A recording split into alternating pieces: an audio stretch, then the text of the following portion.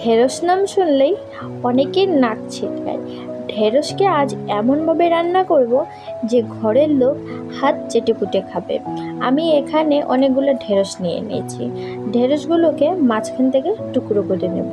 তারপরে দিয়ে দিব নুন, হলুদ গুঁড়ো, লঙ্কা গুঁড়ো। তারপরে দিয়ে দেবো পিচ্ছিলটা কমানোর জন্য লেবুর রস। এটাকে ভালো করে মেখে নেব। তারপরে দিয়ে দেব কড়াইতে তেল। তারপরে মেখে রাখা ঢেঁড়সগুলোকে দিয়ে দেবো।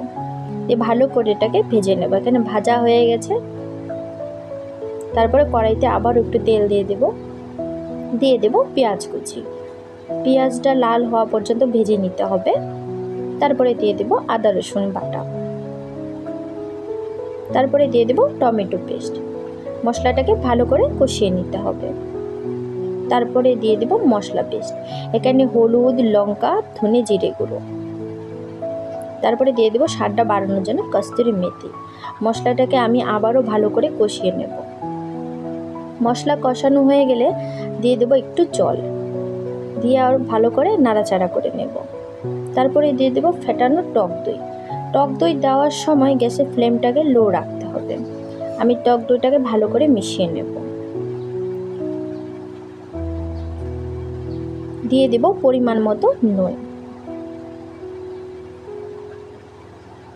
তারপরে দিয়ে দেবো ভেজে রাখা ঢেঁড়সগুলোকে, দিয়ে মশলার সাথে ভালো করে মিশিয়ে নেব। এখানে আমাদের তৈরি হয়ে গেল ঢেঁড়স মশলা। তারপর এটাকে আমি সার্ভ করে নেব। নিজে রান্না করো ও পরিবার স্বজনকেও রান্না করে খাও। আমার ভিডিওটা যদি তোমাদের ভালো লেগে থাকে তাহলে একটা লাইক অ্যান্ড আমার চ্যানেলটাকে সাবস্ক্রাইব করে দিও।